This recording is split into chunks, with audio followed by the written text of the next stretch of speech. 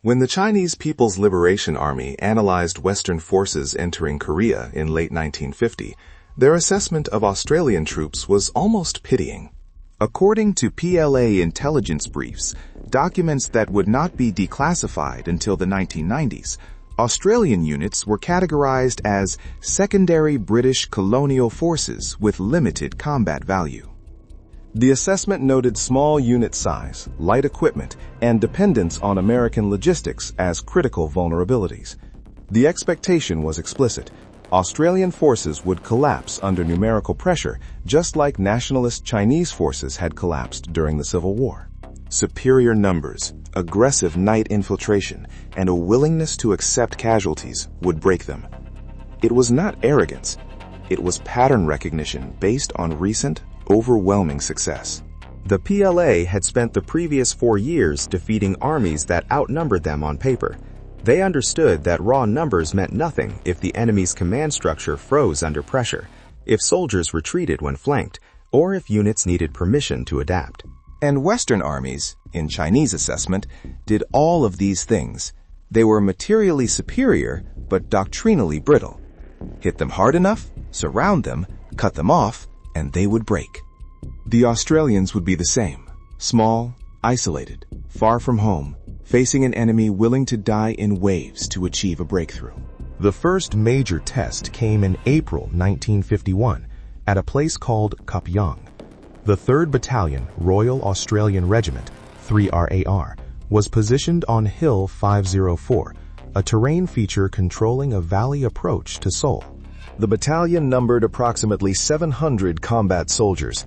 They were equipped with standard infantry weapons, rifles, Bren light machine guns, Vickers medium machine guns, and a limited number of 3-inch mortars. No tanks, no heavy artillery beyond what divisional assets could provide.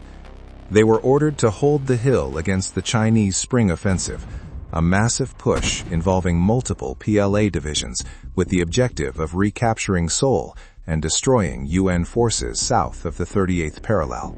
Intelligence estimates indicated the Australians would face elements of the Chinese 118th Division, approximately 10,000 combat troops with artillery support and orders to break through at any cost. The mathematics looked like a massacre, 10,000 against 700. Attackers with initiative and numerical superiority against defenders in hastily prepared positions. Chinese commanders expected to break through in under 6 hours. But there was something in the Australian tactical doctrine that the PLA intelligence assessment had completely missed. Something invisible on paper. Something that did not show up in equipment lists or organizational charts. Something that made all the difference. The Australian Army had spent the previous decades developing a command philosophy built around section-level initiative. The section, 10 men, 1 non-commissioned officer, was the fundamental tactical unit. And each section was trained to operate independently, to adapt without orders, and to make decisions based on observed battlefield conditions rather than waiting for guidance from above. This was not unique to Australia. British Commonwealth forces generally emphasized junior leadership development, but the Australians had taken it further, refining it through brutal experience in the Pacific and in North Africa, where centralized command control was often impossible, and survival depended on corporals making correct decisions under fire. The tactical implication was profound. An Australian battalion was not one unit of 700 men. It was 70 semi-autonomous units of 10 men, each capable of independent action, each trained to maintain fire discipline and hold position even if cut off from higher command. Chinese doctrine assumed that encirclement led to collapse. Surrounded units lost communication, panicked, and either retreated or surrendered. Australian doctrine assumed encirclement was temporary and expected sections to continue fighting independently until link-up was re-established. One doctrine treated soldiers as components of a machine that stopped when command and control was severed. The other treated soldiers as individual fighting elements that continued functioning regardless of isolation. Guess which doctrine works better when you're outnumbered 14-1? April 23rd, 1951. 10 o'clock p.m. Hill 504. The Chinese 118th Division begins its assault with a preparatory artillery barrage. Approximately 30 minutes of sustained fire targeting Australian positions. The barrage is heavy by Korean War standards, but not overwhelming. Australian casualties are light because defensive positions are well constructed and properly dispersed. At 10:30 p.m., the barrage lifts. Chinese infantry begin infiltration attacks from 3 directions simultaneously. This is standard PLA doctrine. Surround the position, infiltrate through gaps in the perimeter, create chaos, and collapse cohesion from within. The Australian forward observation posts report enemy contact. Estimated enemy strength, battalion plus elements, at least 1,000 soldiers in the initial wave. Company commanders give the order to hold fire until targets are within effective range. This is critical. Inexperienced units fire too early, revealing positions and wasting ammunition against targets beyond effective range. Experienced units wait. The Australians wait. Chinese soldiers advance up the hill, moving through the darkness, expecting to draw fire that will reveal defensive positions. They do not. The hillside remains silent. At approximately 80 meters, the maximum effective range of the Bren gun at night, the Australian positions open fire.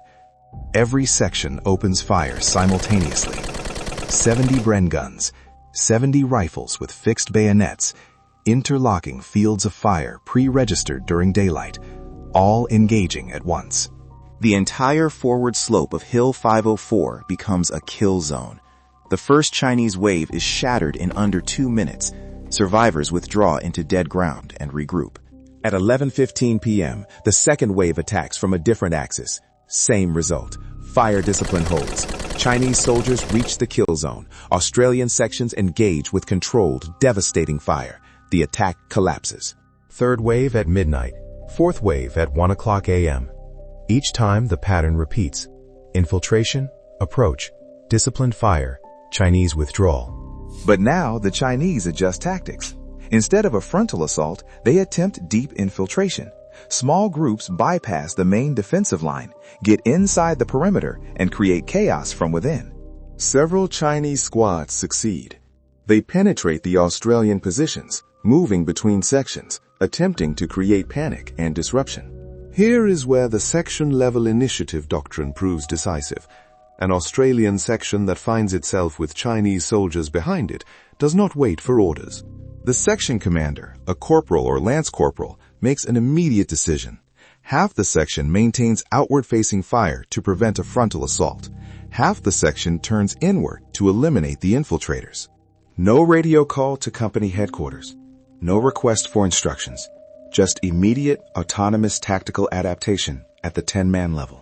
The Chinese infiltrators find themselves not in a collapsing defensive position, but in a series of small, self-contained firefights with defenders who are not panicking, are not retreating, and are not waiting for permission to respond.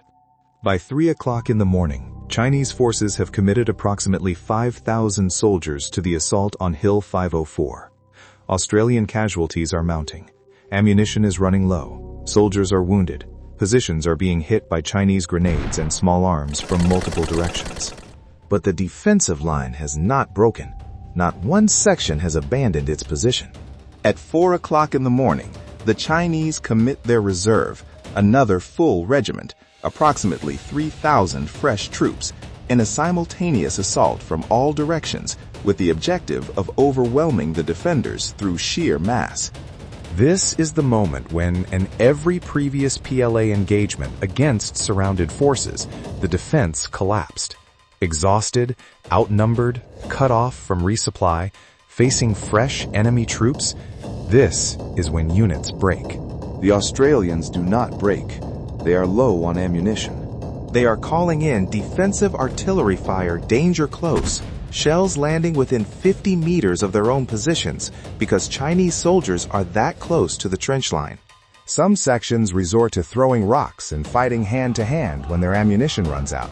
But every section holds its assigned position. Not because of orders from battalion command. Communications are intermittent at best. But because section-level discipline and doctrine say you hold until relieved or dead. The Chinese assault breaks against the Australian line like a wave against rocks. 5,000 soldiers attack. The line bends. It does not break. At dawn, April 24th, Chinese forces withdraw. They leave behind an estimated 3,000 casualties, dead and wounded, on the slopes of Hill 504. The Australians count 32 dead and 53 wounded. The 3rd Battalion, Royal Australian Regiment, has held against a sustained assault by an enemy force 14 times larger. 0 breakthrough, 0 penetration, 0 collapse. This is not heroism. This is doctrine functioning exactly as designed. But for Chinese commanders, this outcome was incomprehensible. According to every previous pattern, surrounded Western units broke. According to Doctrine, numerical superiority and sustained pressure created collapse. The Australians had not just survived, they had inflicted casualty ratios that made continuation of the assault operationally unviable. The after-action assessment from the 118th Division is preserved in PLA archives. The key line, translated, "Enemy resistance exceeded expectations. Unit cohesion remained intact despite encirclement. Assault was discontinued due to unsustainable casualties." That's military language for, we cannot break them, and trying is killing us. Now let us look at what this meant at the tactical level, the specific mechanisms that made the Australian defense so effective.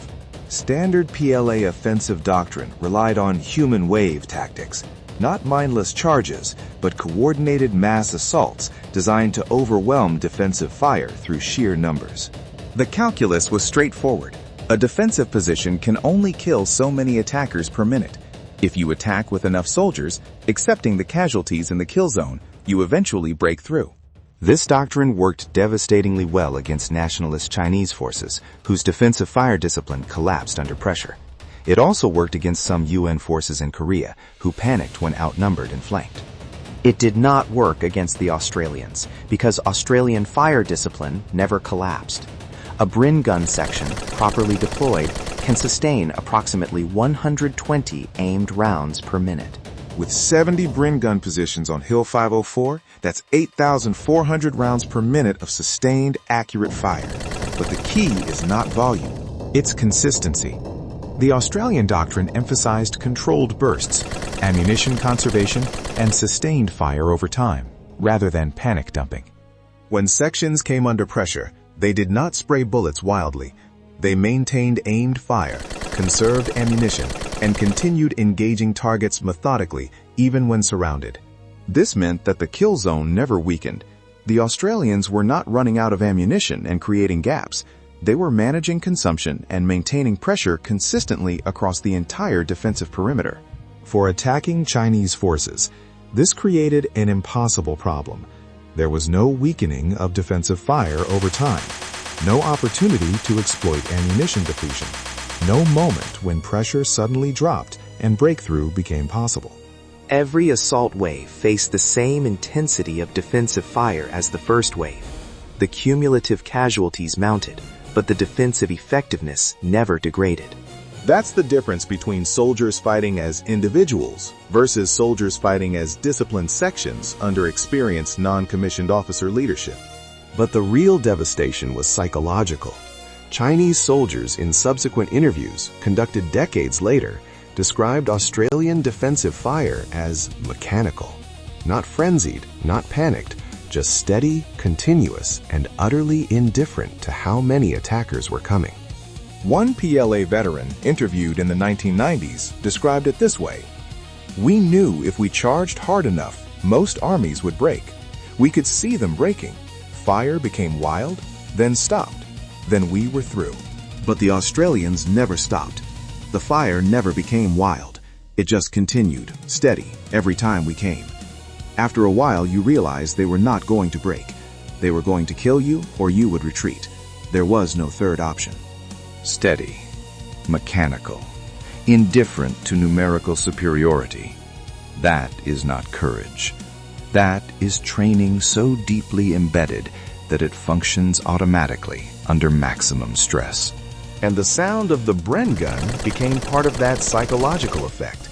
The Bren light machine gun has a distinctive report, a rapid, rhythmic thudding, very different from rifle fire. In the Pacific War, Japanese soldiers had learned to recognize it. In Korea, Chinese soldiers learned the same lesson.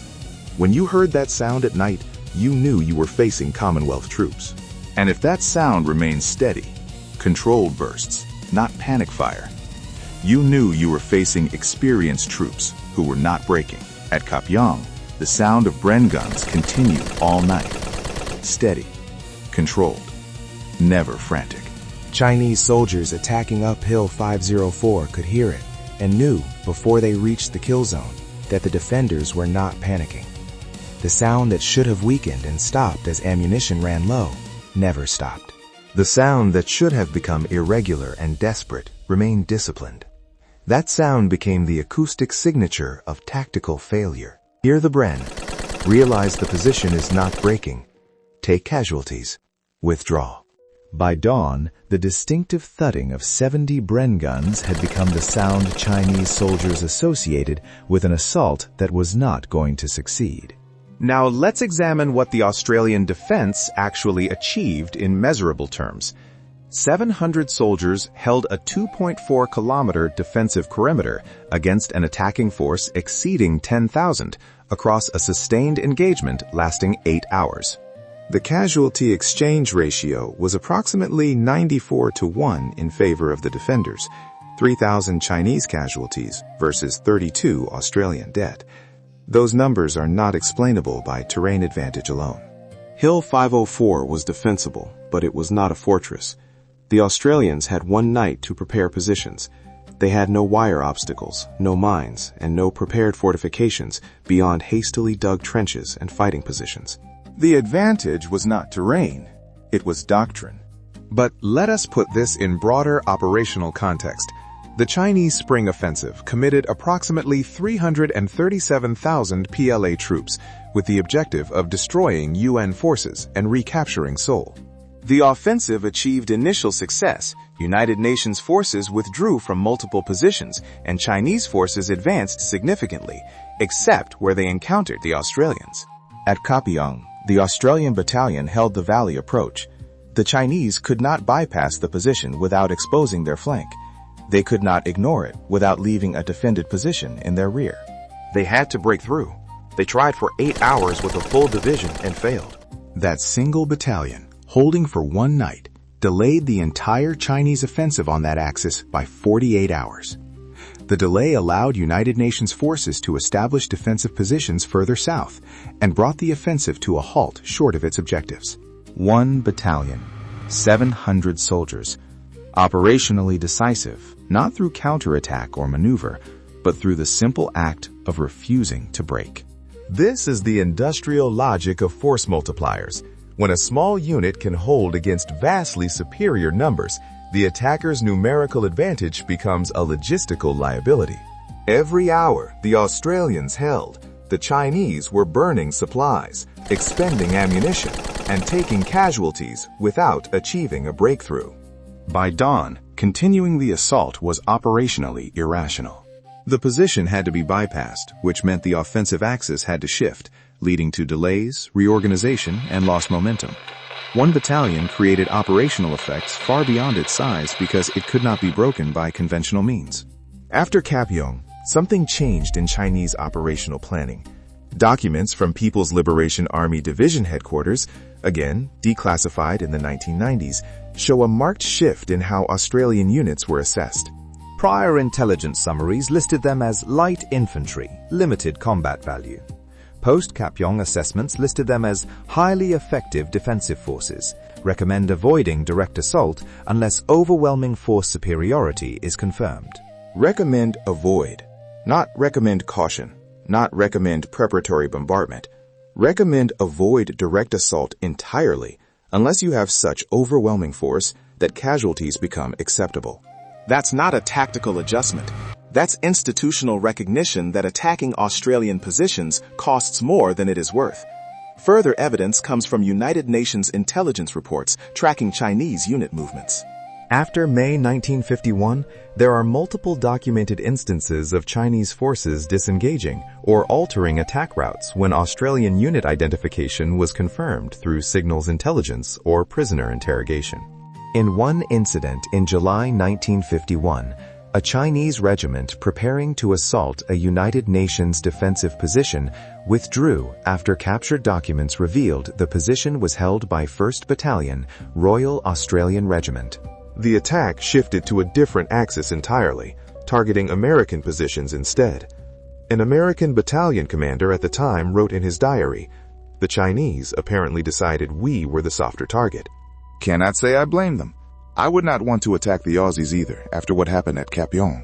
The enemy chose to fight Americans rather than Australians, not because Americans were worse soldiers, but because Australian doctrine made their defensive positions consistently and measurably more costly to assault. This is the enemy's admission. We cannot beat them at an acceptable cost, so we will fight someone else. And the most telling detail is what did not happen. The Chinese never attempted another major assault on an Australian-held position for the remainder of the war. They attacked American positions. They attacked British positions. They attacked South Korean positions. They avoided Australian positions whenever operationally possible. That is not coincidence. That is doctrine informed by casualty data. Now let's directly compare the two tactical systems. Chinese PLA doctrine in 1951 emphasized centralized command with orders flowing from division to regiment to battalion, numerical superiority as the primary tactical advantage, sustained pressure and willingness to accept casualties to achieve breakthrough, exploitation of enemy psychological collapse under encirclement. This doctrine was highly effective against opponents who panicked when surrounded, who needed central command to function, and who broke when casualties mounted. Australian doctrine emphasized decentralized execution with section-level initiative, fire discipline, and ammunition management as primary tactical advantages. Defensive cohesion was maintained through small unit leadership regardless of the situation, with a refusal to collapse psychologically even when isolated and outnumbered. This doctrine was specifically designed to function in situations where central command was impossible and numerical inferiority was assumed. Chinese advantage: numbers, artillery support, initiative, interior lines of communication. Section-level discipline, fire control, defensive preparation, institutional refusal to break. In open-terrain mobile warfare, where maneuver and numbers determine outcomes, Chinese doctrine wins. In defensive warfare, where cohesion under pressure determines survival, Australian doctrine wins. At Kapyong, the fight happened on Australian doctrinal terms, and Chinese numerical superiority became operationally irrelevant because it could not create the psychological collapse the doctrine relied on to achieve breakthrough. The Chinese had more soldiers. The Australians had soldiers who would not break. In that specific tactical context, would not break beat more soldiers. This is the inversion. The characteristic that seemed like weakness, small unit size, light equipment, isolation, became strength because Australian doctrine was designed around it. The characteristic that seemed like strength, overwhelming numbers, sustained pressure, became a weakness because it relied on enemy collapse that never came. But why did the Australians develop this doctrine in the first place? The answer lies in historical experience. The Australian Army in World War II fought across the Pacific, New Guinea, Borneo, Bougainville, in terrain where battalions were isolated for weeks, where company-level units operated independently, where section commanders made life-and-death decisions without communication with higher command. The doctrine was not theoretical, it was survival adaptation formalized into training. By contrast, the People's Liberation Army's doctrine was built on defeating nationalist Chinese forces whose command structure collapsed under pressure and who retreated when outnumbered. The People's Liberation Army assumed their Korean War opponents would behave the same way. Most did. Commonwealth forces did not.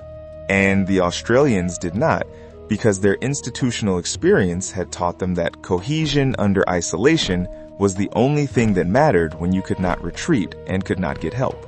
One military built its doctrine around winning through numbers. The other built its doctrine around surviving despite numbers. In Korea, survival doctrine beat numbers doctrine every single time they collided. So here is what this tells us about military effectiveness, institutional learning, and the assumptions we use to evaluate combat power. The Chinese assessment of Australian forces in 1950 was based on logical criteria: unit size, equipment inventory, logistical dependence, and distance from home. By those criteria, Australian units looked weak, but those criteria missed the one thing that mattered: whether the soldiers would break under pressure. Force structure and equipment matter enormously in warfare, but they matter less than whether your soldiers keep fighting when everything goes wrong. The Australians at Kapyong were outnumbered, isolated, running low on ammunition, taking casualties, and facing an enemy willing to die to break through. And they did not break. Not because they were superhuman, not because of individual heroism, but because their doctrine, training, and leadership culture assumed this exact situation and had prepared for it systematically. The Chinese could not break them because breaking them required psychological collapse, and the Australians had institutionalized psychological resilience at the section level. This is the broader lesson. Military capability is not just equipment and numbers. It is the doctrine and culture that determine how units perform when plans fail and support disappears. Doctrine built around centralized control and numerical superiority works brilliantly until you encounter an enemy who will not collapse when surrounded. Doctrine built around decentralized resilience and refusal to break works when everything else fails. At Kapyong, everything else failed. The doctrine held, and Chinese generals learned that some enemies cost too much to fight directly. The Australians, whom they expected to overrun in 6 hours, became the enemy they spent the next 2 years avoiding. The force they assessed as light infantry, limited combat value, became the force they officially recommended avoiding unless absolutely necessary. That's not a tactical adjustment. That's a strategic admission that numerical superiority does not guarantee victory when the enemy refuses to lose. Here's my question for you. How many times in military history has a smaller force with inferior equipment outlasted a larger force simply by refusing to break? And what does that tell us about the real sources of combat effectiveness versus the metrics we use to measure military power on paper? Drop your thoughts in the comments. If this changed how you see military capability beyond just numbers and equipment, hit that like button and subscribe for more war stories that reveal the doctrine and culture behind battlefield outcomes. Thanks for watching.